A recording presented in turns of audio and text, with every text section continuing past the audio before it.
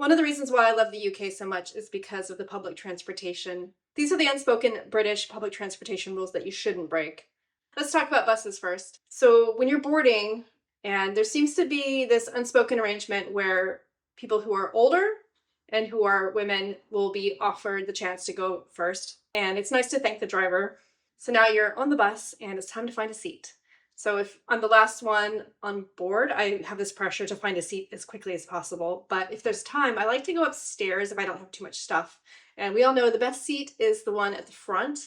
You can pretend you're driving. However, if there's like a little kid who clearly wants a seat, then you have to give it to them, right? Now, occasionally you don't get a seat. So what do you got to do? You got to stand up and you've got to hold on. And I really mean hold on. There was one time I thought that the bus had stopped, but it hadn't, and we moved, and I fell straight on my ass. Use headphones if you're going to listen to music or video games or anything you're doing on your phone. Yeah, I don't understand people who don't do this. It's really annoying to everybody else, and why they think it's okay to broadcast their noise to the rest of us. So you're riding along, and now it's time to pay attention to where your stop is. I was part of a research project to understand bus rider behavior. Yeah, that's a thing. What we learned is that your familiarity of the route really impacts your anxiety and confidence levels when it comes to getting off of the bus, because you have to ring the bell to let the driver know. And if you ring it too soon, then you look like a numpty. And if you ring it too late, then the bus driver can't stop safely in time, or he slams on the brake and then everyone looks at you like you're a piece of shit. Does anyone else have anxiety over ringing the bell, or is it just me? Now it's time to leave the bus. If you're upstairs, well, too late. You should have thought about that before. Yeah, you need to try to get downstairs before you get to your bus stop. It's better to try to move down when it's at a stoplight. The sound of bodies like thumping in the stairs because the bus started moving is pretty unmistakable. Optional to thank the driver. Again, it's like in a city situation, you don't hear it as much, but in regional places, like when I lived in Bristol, you hear cheers drive, like everyone does it. It would be rude not to. What's the one unspoken rule you wish someone had told you about sooner? Let me know in the comments. Next, trains. They're a classic mainstay in British transportation. Trying to get to your platform, I noticed that there's a lot of arrows painted on the walkways to try to guide the traffic. I feel like these are merely suggestions. Unless it's really, really busy, people tend to do what they want. Yeah, even when it is busy, you sometimes still have that person who's like weaving up the middle. Try to not make it unsafe for your other passengers, I think is the rule. If you, for whatever reason, don't make it to the train and it pulls away without you, I've noticed a lot of people make this dramatic gesture. You have to indicate that it's not your fault that you missed the train, and you mutter something under your breath. When it is time for you to board, you gotta let people off first. I've noticed that a lot of people don't. They get a little bit close, and people coming off, they're gonna have prams, shopping bags, luggage. So giving them some space is a really good idea. So now it's time to find your seat. Long distance trains, you can normally reserve a seat.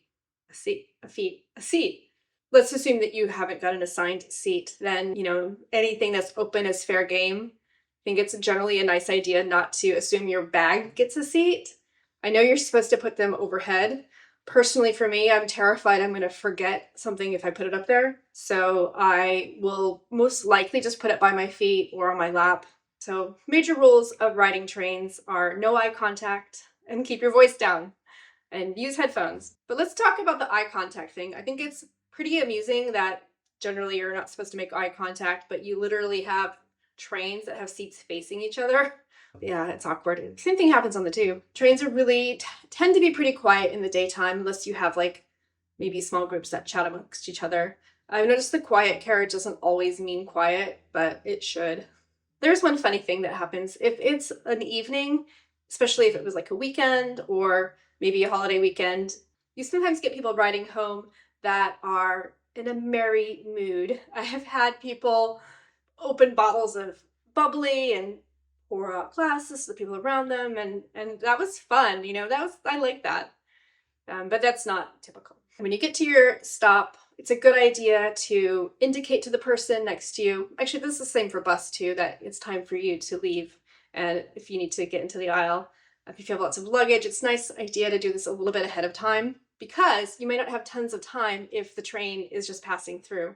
General rule is try not to block the flow and to leave the train, pushing your way through the people who are clearly clogging up the entrance. Feels like sometimes it's like a polite stampede. Let's talk about tube and underground. This is my least favorite form of transportation, and I will avoid it at all costs. That said, getting to the platform, some of the rules are you need to stand on the right and let people walk on the left, whether they're chugging it because they're going to be late or whatever. It's just a good idea. And that means making sure your suitcase isn't in the way. When it comes time to board, again, let people off first and then push your way on into the polite stampede. And then it's time to board. If you find a seat, that's great. Otherwise, you need to stand and hold on. Sometimes people will offer you a seat. I know that they started doing these like buttons that say basically, please offer me a seat.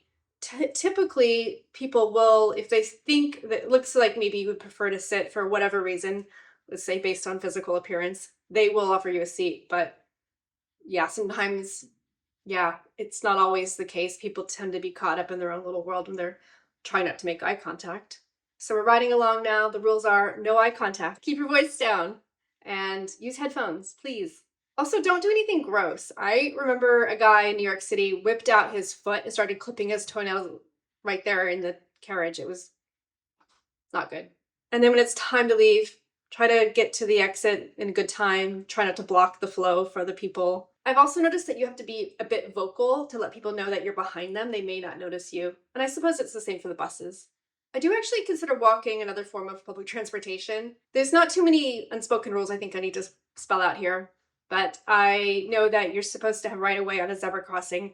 I did actually have an incident yesterday where I was in the middle of a zebra crossing and a motorist cut in front of me, and he had the good graces to look me in the eye, apologize, and wave and smile. So I had to forgive him, like he knows he messed up. Last, we have the scooters and those bikes that you can rent. I feel like the unspoken rule is, yes, you're allowed to leave the bikes and the scooters where you want, but please don't leave them where you're blocking the path. You're then forced to walk between the bikes and the road, and there's buses coming in. It's not nice. Just curious, what's the wildest breach of transportation etiquette you've ever witnessed? Okay, so these are all the rules I don't think are written down. Did I miss anything? Please let me know in the comments. Thanks for riding along with me today. Silently, with good manners.